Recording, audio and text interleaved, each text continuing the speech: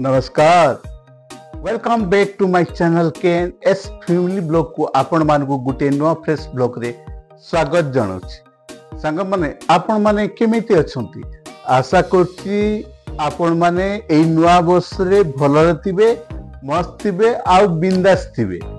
तो संग माने वर्तमान आज मु स्पेशल रेसिपी करूछि, आपण माने देखंतो, वीडियो देखंतो।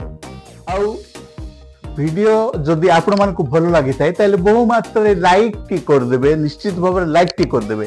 काहे ना लाइक टी कर देले मते मोटिवेट मिल जिवो। आ आपण मान को पसंद रो मु नुआ नुआ रेसिपी आनिबा को चेष्टा करबी। आपण मान निश्चित भाव रे कमेंट रे कोंतु मु कोन रेसिपी आनिबी।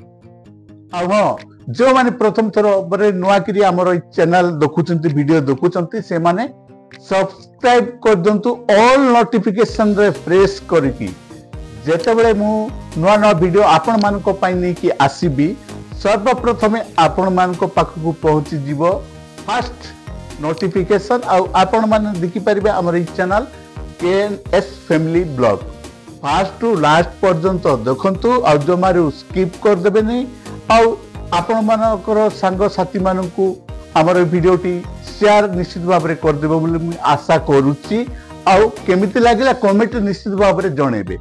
तो लेट करबानी, स्टार्ट कर देबा आज रो ए रेसिपी वीडियोटी। चलंतु जीबा आ स्टार्ट कर देबा। चलंतु संगबाने मु आज नियेची खासी छेली मांस मटन। आउ ए मटन को मु प्रथमे मैरिनेट कर दूची। आउ मैरिनेट कला परे कोन सब होची देखंतु। प्रथमे करबा ना कोन करबा ना, कोटे जगह रे पानी गरम कर देबा, सेथिरे किछि गोलमरिच, दालचीनी, तेजपत्र आउ गोटा मसला गुड़ा को पकई पानी गरम कर देबा। आउ कौन करा जीवो एथिरे मो आगो को कहूची सुनंतु।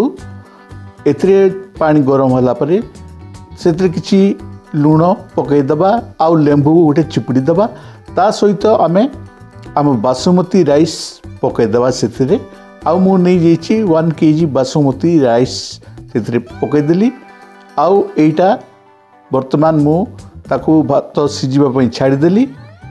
या पर कोन करबा ना, गुटे प्रेशर कुकर रे आमे सोरस तेल नबा, तेजपत्र पकेबा, दालचीनी, जीरा, गुजराती, अनासी फूल, गोलमरिच ए सहित पियाज पके ताकू ऐड कला परे आमे फ्राई कर दबा।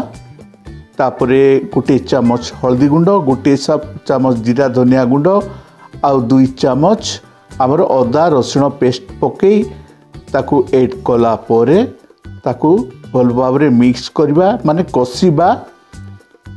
आउ ए सहित लंका गुट गोटे चामच, आउ आमर काश्मीरी रेड चिली पाउडर गोटे चामच, आउ कंचा लंका 2 गोटी फाळ करिकि मु सेथरे पकेली। आउ सेथरे पड़ला परे मु ऐड कर देली 2 गोटी आमर टमाटो काटिकी पकेली, ताकू मु कसी दउची। आउ आमे स्वाद अनुसार लूण पके देबा सेथरे। आउ मु कोन करची ना, एठिरे आमर मटन पड़िबो। आउ मटन सहित कोन हबो आपण आगो को लास्ट पर्यंत देखले जानि परिबे।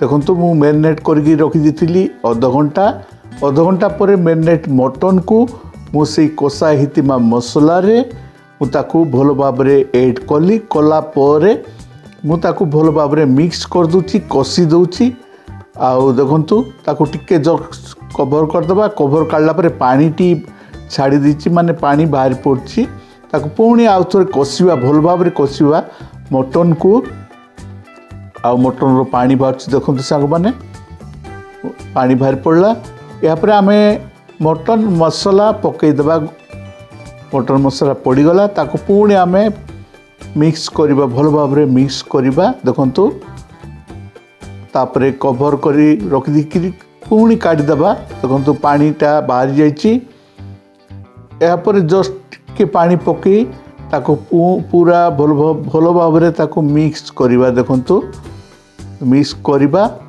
तापरे आमे कवर कर देबा मटन को प्रेशर कुकर मटन को कवर कर देबा तापरे कौन करबा ना एपटे मु गोटे फ्राई पैन रे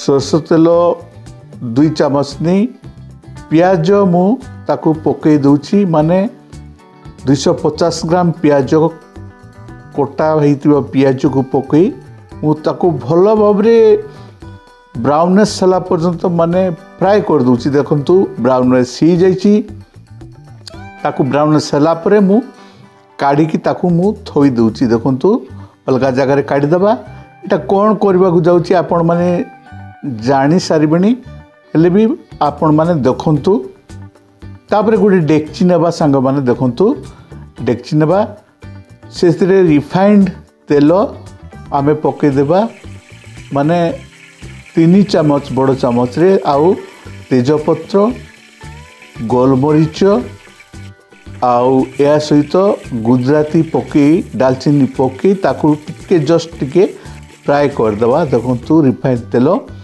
तापरे मु जो भात तैयारी होइतिला चावल पड़ी देइतिला सेटा को मु काढ़ी रखी देथिली तापरे मु एठारे मिक्स करूची देखंतु हमर बासमती राइस रो चावल भात हो जाइए ताकू मिक्स कर दूची या परे मु सेतरे बिरयानी मसला पके दूची बिरयानी मसला पड़ीगला परे मु हमर फ्राइड अनियन बा भजाइतिबा पियाज सेतरे मु पके देली या परे किछि लूण पके देली तापर कोन हला ना मटन हमर ही जाइतिला हमर से मटन को मु काढ़ी ताकू भल भाबरे ताकू सजे की भल भाव रखीदेली ताकू ऐड करदेली देखंतु ता ऊपर पुणी मु राइस आमर फ्राइड राइस टी पकईदेली पकईला परे आमर मीट मसला से पड़ीगला तापरे पुणी मु से फ्राइड ऑनियन मु तापरे पकईदेली पकई सारा पर किछि लूण माने हाफ चामच लूण पकई आमर गुआ घी माने घी भल घी ता ऊपर 2 चामच खंडे मु पकईदेली पकईला परे पुदीना पत्र सांग मान देखंतु पुदीना पत्र पड़ीगला आ पुदीना पत्र सह धनिया पत्र मध्य पड़ीगला देखंतु तापरे मु भल भाव ताकू भल भाव काढ़ी दूची माने एटा प्रस्तुत हो गला आमर मटन बिरयानी आमर नुआ स्टाइल रे माने गोटे अलगा स्टाइल रे मु तैयारी कली देखंतु बासमती राइस तैयारी आमर मटन बिरयानी सांग माने आपण मान भी आपणकर सांग साथी मानकु शेयर करदु ए भिडियोटी मटन बिरयानी देखंतु मते भी बहुत टेस्टी लगिला जदि आपण मानकु हमर ए भिडियोटी भल लागिते ताले बहु मात्रा लाइक टी कर दंतु आ नुआ जे प्रथम तो देखुछंती से माने सब्सक्राइब कर दंतु रहउची नमस्कार।